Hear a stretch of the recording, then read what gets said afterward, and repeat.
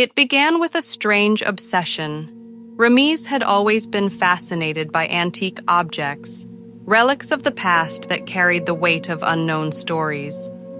He was a collector, but not of gold or jewels. He collected the forgotten, the unwanted, and the strange. One evening, at a flea market on the outskirts of Lahore, his eyes caught something unusual. A tall, narrow mirror framed in black and silver, its surface clouded like smoke trapped inside glass. The vendor, a man with tired eyes, warned him, "Bhai, isko mat lo. ये आईना साफ नहीं होता और रात को इसमें वो दिखाई देता है जो इंसान का नहीं होता." Ramiz laughed it off, thinking it was just a tactic to make the item sound mysterious. He bought it, ignoring the unease in the man's voice. That night, he placed the mirror in his study. The house was silent except for the ticking clock. The moment he glanced at the glass, he saw himself, but something was off. His reflection's smile was slightly wider, not a friendly smile, but a knowing grin, as if it had seen something he hadn't. He shook his head. "Taka hua hun," he muttered, convincing himself it was exhaustion. The days passed, but the reflection grew stranger. Sometimes it blinked a second late. Other times it moved when Ramiz stood still. Then one night, he noticed something horrifying. There was someone else in the reflection, a tall, shadowy figure standing just behind him. But when he turned around, nothing. The dreams started soon after. In them, he was in a dimly lit corridor, lined with mirrors on both sides. No matter where he looked, his reflection stared back with that twisted grin. The shadow behind him was always closer than before.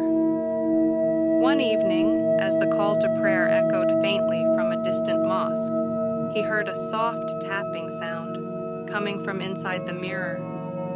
He stepped closer, his breath fogging the glass. The tapping stopped. Then, without warning, a pale hand pressed against the other side, as if begging to be let out. Ramiz stumbled back, knocking over a chair. His heart pounded. The reflection was no longer matching him. It was moving on its own, whispering words he couldn't hear. He tried to cover the mirror with a cloth, but in the morning, the cloth would be on the floor, the mirror uncovered, waiting.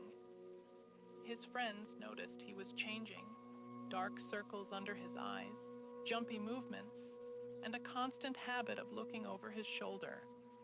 When asked, he laughed it off, but deep inside, fear was gnawing at him. One night, determined to end it, he decided to take the mirror out of the house. He waited until midnight, thinking the streets would be empty. As he carried it to his car, he noticed the surface was no longer cloudy. It was crystal clear. His reflection stared back, but it wasn't holding a mirror. It was holding a knife. Ramiz froze. The reflection tilted its head, then reached forward, out of the glass. The cold, bony fingers wrapped around his wrist. The world went black. When the neighbors found him the next morning, he was sitting in his study, eyes glazed, muttering to himself. The mirror stood in front of him, but there was no reflection, only darkness swirling inside.